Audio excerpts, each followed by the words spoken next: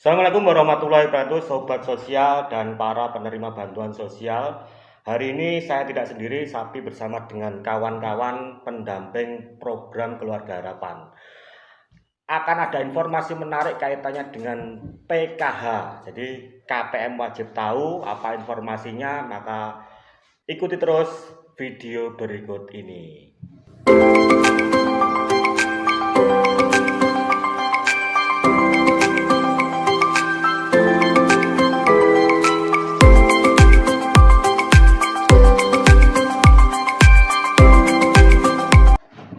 Assalamualaikum Pak Huda. Waalaikumsalam warahmatullahi wabarakatuh. Bapak Koordinator Pak Huda, koordinator di kecamatan, juga ada Mas Topik ini selaku operator IT program Keluarga Harapan di Kecamatan Mojo ini. Ini kita ngobrol-ngobrol santai mawon ini, yes, nyantai sambil ngopi ya, tapi tentu akan ada informasi yang menarik. Sebenarnya ingin tanya ini, mungkin banyak yang tidak mungkin KPM, kalau KPM sudah tahu lah tentang PKH itu, tapi mungkin netizen ini belum tahu sebenarnya itu apa toh PKH itu. Monggo Pak Huda. Terima kasih Mas Arif. Baik sobat, pertama terkait dengan apa itu PKH. Jadi PKH itu panjangan dari program Keluarga Harapan, disingkat dengan PKH. PKH adalah satu di antara program bantuan perlindungan sosial yang hingga saat ini masih terus disalurkan kepada masyarakat yang kurang mampu. Bantuan sosial PKH dapat dicarikan per triwulan secara bertahap kepada para penerima PKH. Tentu saja penerima manfaat dari PKH ini tidak semua orang bisa menerima, harus memenuhi beberapa syarat. Ada syaratnya jadi ya, ada syarat tertentu untuk dapat menerima program Keluarga Harapan itu. Ya, syaratnya apa saja? Syaratnya apa saja nih? Mungkin Pak Topik. Pak Topik. Karena ini bagian data ini Pak Topik. Iya, Pak Topik. Syaratnya apa saja Pak Topik? Oke, terima kasih sobat-sobat sosial Kecamatan Mojo Kabupaten Kediri. Ya, tadi sudah diawali dari kawan kita Mas Arif dan juga koordinator saya yaitu Pak Huda tentang PKH. Nah, apa sebenarnya PKH itu? Nah, jadi sahabat-sahabat mungkin di masyarakat banyak sekali pertanyaan PKH dan PKH. Di sini PKH itu adalah salah satu program, tadi disampaikan oleh Pak Huda, salah satu program dari Kementerian Sosial, yaitu PKH adalah bantuan sosial bersyarat yang diberikan kepada warga miskin dengan syarat satu sudah masuk di dalam DTKS atau data kemiskinan desa. Kemudian yang kedua adalah syaratnya memiliki komponen. Jadi PKH itu berbeda dengan bantuan yang lain, salah satunya adalah BPNT atau sembako, itu cukup masuk DTKS dan juga mendapatkan, yang terakhir adalah mendapatkan SK dari Kementerian Sosial. Jadi PKH adalah bantuan sosial bersyarat yang diberikan kepada warga miskin. Di antaranya syaratnya adalah warga miskin yang sudah terdata di dalam DTKS. Kemudian yang kedua memiliki komponen-komponen PKH, dan yang ketiga adalah sudah mendapatkan SK penetapan dari Kementerian Sosial. Nah, itu tentang PKH. Ya, lagi-lagi DTKS. Nanti kita akan bahas di sesi yang selanjutnya. Jadi bantuan di sini berarti berupa uang tunai. Berapa uang tunai? Berapa antara kisaran bantuannya itu berapa? Nah, untuk kisaran bantuannya ini dari masing-masing KPM, dari satu KPM ke KPM yang lain bantuannya berbeda sesuai dengan komponen yang dimiliki atau kategori yang dimiliki tadi. Nah, kategori atau komponen PKH di sini ada 3 kategori. Yang pertama adalah komponen kesehatan, ini meliputi ibu hamil dan anak balita. Kemudian yang kedua, komponen pendidikan mulai dari anak SD, SMP, SMA atau yang berada di pondok pesantren dengan usia maksimal 20 tahun. Kemudian yang ketiga adalah komponen kesejahteraan sosial. Di sini meliputi lansia dan disabilitas berat. Lansia di sini usianya adalah minimal 70 tahun. Nah, berapa besaran nilainya? Untuk besaran nilainya dari komponen kesehatan itu 750 per tahap. Jadi 1 tahun itu ada 4 tahap. Berarti kalau 1 tahap 750 dikalikan 4 dalam 1 tahun adalah 3 juta untuk per 1 komponen kesehatan, baik ibu hamil maupun anak balita. Kemudian yang komponen kedua ini adalah komponen pendidikan. Ini anak SD, SMP, dan SMA, otomatis bantuannya juga tidak sama. SD, SMP, dan SMA. SD dimulai dari SD. SD ini bantuannya 1 tahap untuk anak SD ini adalah 225. Jadi kalau 1 tahun dikalikan 4 nilainya adalah 900.000. Kalau untuk anak SMP 1 tahap nilainya adalah 375.000 atau 1.500.000 dalam 1 tahun. Kemudian anak SMA nilainya 500.000 per tahap, berarti dalam 1 tahun adalah 2 juta. Kemudian komponen yang ketiga ini adalah disabilitas berat dan lansia, nilainya adalah Rp600.000 per tahap atau dalam 1 tahun nilainya 2.400.000.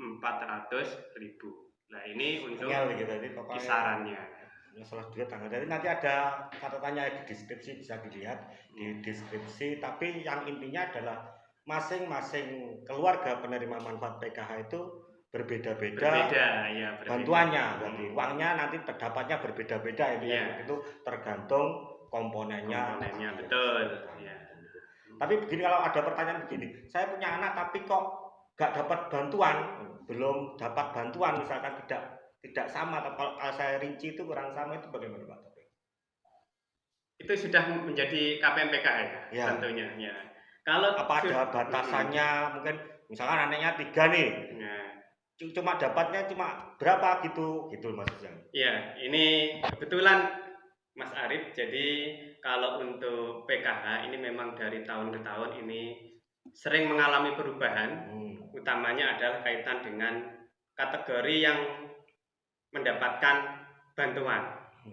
Kalau dalam 1 KPM atau dalam 1 keluarga itu yang dibantu maksimal ada 4 kategori. Misalnya gini, dalam 1 keluarga mempunyai lansia, kemudian punya ibu hamil, punya anak SD 1 misalnya, SMP 1, SMA 1. Berarti ini kan 5 totalnya dalam 1 keluarga yang masuk kategori. Nah, ini yang dibantu hanya 4, tidak semuanya dibantu. Nah, soal perhitungannya ini biasanya nanti yang diambil adalah nilai yang tertinggi. Nah, biar nilai yang tertinggi. Ini kemudian kok ada lagi yang bertanya, ini anak saya SD 2. 2 anak ini masuk SD semua. Tapi yang cair kok hanya 1. Mungkin yang ditanyakan seperti itu. Ini gini, jadi memang dari perkembangan di program PKH ini sering mengalami perubahan. Kalau dulu itu walaupun SD-nya itu 2, nanti dua-duanya akan masuk komponen. Dalam 1 keluarga ada anak 2 SD. Kemarin di tahun 2021 awal, ya itu dalam 1 keluarga misalnya ada yang kategorinya itu jenjangnya sama, misalnya SD-nya ada 2 orang, 2 anak, ini yang dibantu hanya 1, yang dihitung hanya 1. Misalnya lansianya dalam 1 keluarga ada 2, itu yang dihitung hanya 1. Tetapi tahap terakhir ini dihitung semua. Nah, tahap terakhir ini dihitung semua. Misalnya kalau SD-nya 2, berarti ya dua-duanya dihitung dengan catatan tadi dalam 1 keluarga maksimal 4 kategori 4 komponen. Angel kira-kira teko iki sih. Tapi ada nggak? Jadi komponen-komponen itu juga harus masuk DTKS? Iya, jadi syaratnya semuanya bantuan ini, baik itu pengurusnya maupun anggota keluarganya sudah masuk dalam DTKS. Jadi kalau tidak masuk dalam DTKS kemudian juga tidak mendapatkan bantuan. Ya, Gitu. ini yang hari-hari ini yang menjadi banyak pertanyaan itu. Oh. Nah, makanya seiring dengan kita mungkin di Kementerian Sosial selalu memperbaiki data dan dampaknya masih ada beberapa anggota keluarga dari KPM kita yang anggotanya belum masuk DTKS sehingga tidak bisa menerima bantuan. Jadi harus bersabar ya. Iya. Jadi harus bersabar untuk itu updating data DTKS. Seperti di video saya, jadi kaitannya penerima bantuan itu baik PKH tadi maupun BPNT itu adalah harus masuk dalam DTKS. Ini syarat mutlak Syarat mutlak adalah semuanya sebagai masuk acuan DTKS. Kementerian Sosial dalam penentuan program bantuan sosial. BPI, KIS, PKH, BPNT seperti itu harus masuk di dalam DTKS.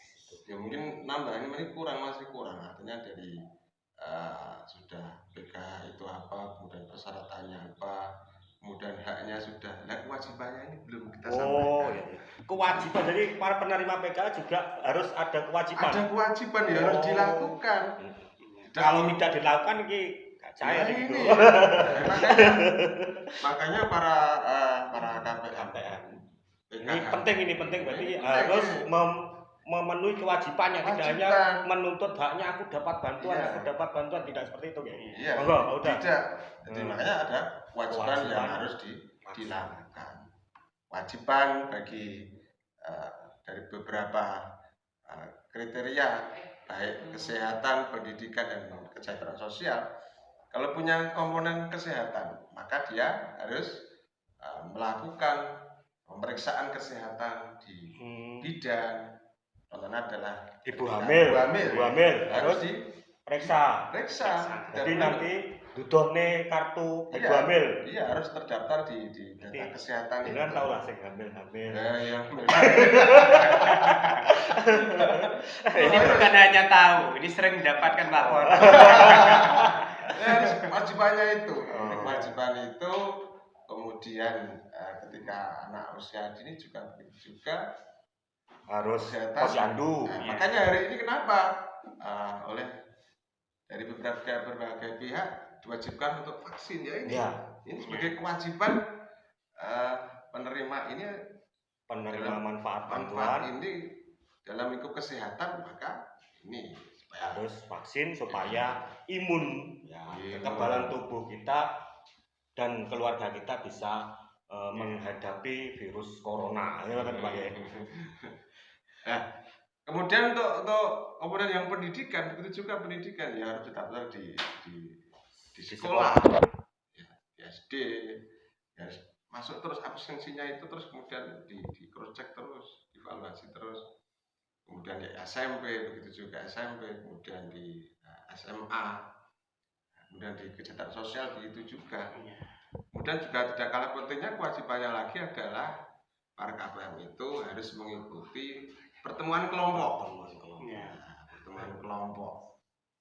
Pertemuan kelompok yang di dalam PKH itu ada program namanya FDS, jadi sekolah keluarga.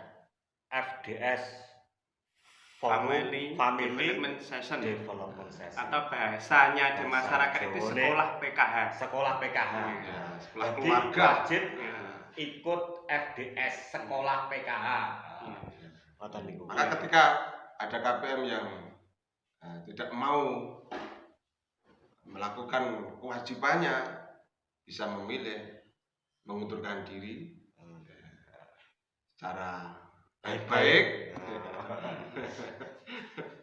Istilahnya adalah graduasi mandiri. Jadi itu ya, jadi tidak hanya haknya dapat bantuan, tapi juga harus ada kewajiban lah. Teman-teman PKH ini yang memastikan kewajibannya terpenuhi, kata Bang ya. Iya. Kegiatan PK seperti itu. Bagaimana berarti salah satu tugas dari pendamping PKH. Nah ini nanti sahabat-sahabat sosial Kecamatan Mojo khususnya nanti jangan sampai keliru karena ada 2 program yang menggunakan kartu yang sama, Ya. yaitu ada program sembako atau kalau dulu namanya BPNT, BPNT. nah, sekarang ada PKH. Nah, ini kartunya sama. Kartunya sama, modelnya sama, banknya juga sama.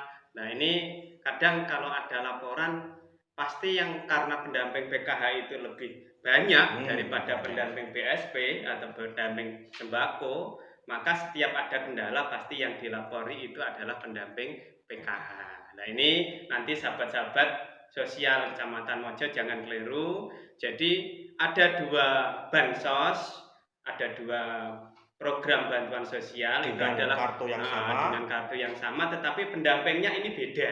Nah, kalau sembako itu nanti pendampingnya adalah TKSK atau pendamping sembako. Di sini adalah kawan kita Mas Arif. Nah, kemudian kalau pendamping PKH, kalau pendamping PKH itu di Kecamatan Mojo totalnya ada 14. Salah satunya yakni ada kita Pak Huda dan juga saya sendiri Taufik. Nah, itu. Jadi nanti bisa dipilah-pilah. Tapi kan tetap bersinergi. Ya, tetap. Yuk, kadang-kadang jotosan. Tetap bersinergi ya. Jadi kan memang ya dampingannya hampir sama. Jadi ada irisan antara BPNT dan PKH. Jadi ini biasanya yang dibingungkan ini. Pak, ini saya dapat kartu, kok hanya dapat sembako, nggak dapat uang. Nah, biasanya seperti itu karena apa namanya? Pengen sama tetangga, Mary sama tetangganya, sama-sama dapat kartu kok, satu isinya ada uangnya, satu hanya sembako. Nah, jadi mungkin di sini jelas, jadi berarti kalau BPNT nanti dapatnya sembako, PKH dapatnya uang, tapi syaratnya harus ada komponennya. Kalau dia tidak punya komponen, tidak bisa dan masuk dalam DTPKS semua komponen anggota keluarganya. Terus satu yang paling penting, nah ini yang menjadi permasalahan di masyarakat khususnya KPM, baik itu KPM sembako maupun PKH. Nah, ini pesan dari saya, tolong semua KPM itu harus pegang kartunya sendiri. Oh ya betul. Jadi kemarin sempat viral di kabupaten sebelah itu ada yang dipolisikan. Nah, ini sekali lagi ada videonya ya nanti ya. Jadi ini yang ditekankan Pak Topik. Jadi itu penting sekali ini. Ini sangat penting, sekali lagi kami sampaikan, kartu harus dipegang sendiri. Kenapa? Karena kartu ini sifatnya adalah privasi dan juga sangat-sangat pribadi. Karena di situ ada PIN-nya. PIN ini yang tahu harus KPM itu sendiri, tidak boleh disebarkan ke orang lain. Nah, kemudian kalau kartu ini sampai dititipkan ke orang lain, ini nanti akan menjadi permasalahan. Misalnya saya mendapatkan PKH, saya punya anak SD dan SMA, ini kan seharusnya 225.000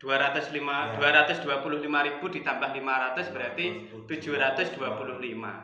Karena kartunya dititipkan orang lain, ini bisa saja nanti sudah digesek yang 500, kemudian sisa 25 baru diberikan. Nah, ini yang menjadi masalah. Nanti pasti lapornya kepada pendamping, Pak, saya kok hanya cair 225, padahal yang 500 sudah diambil duluan dan kita tidak tahu. Nah, ini itu yang pertama, kenapa harus dibawa sendiri. Kemudian kalau permasalahan yang kedua, kalau kartu ini nanti dititipkan, ini bisa menjadi permasalahan pada kartu itu sendiri, misalnya keblokir. Nah, karena nanti kalau kartu ini sampai keblokir, ngurusnya ke BNI ini juga membutuhkan waktu dan tenaga, ini juga merepot juga ini nanti.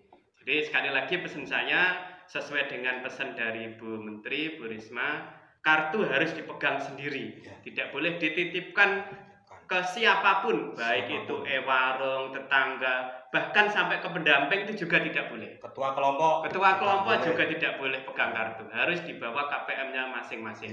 Nah, itu ya, mungkin terakhir Pak Uda. Terakhir, terima kasih Mas Arif, obrolannya sangat asik pada pagi hari ini. Ini mungkin perdana dari kami dalam channel Sosial Mojo. Mungkin ada pesan-pesan bagi kami. Pesan terakhir bahwa tujuan program pemerintah yang baik ini, program Keluarga Harapan ini, pemerintah punya cita-cita bagaimana meningkatkan kualitas Kesejahteraan. SDM, sumber daya manusia, terutama dalam bidang pendidikan dan juga kesehatan. Dan juga yang kedua adalah bagaimana merubah mindset dari masyarakat yang tidak hanya tangan di bawah, bahwa tangan di atas itu lebih baik daripada tangan di bawah. Terima kasih. Terima kasih, itu dia kawan-kawan obrolan kita hari ini yang sangat menarik sekali.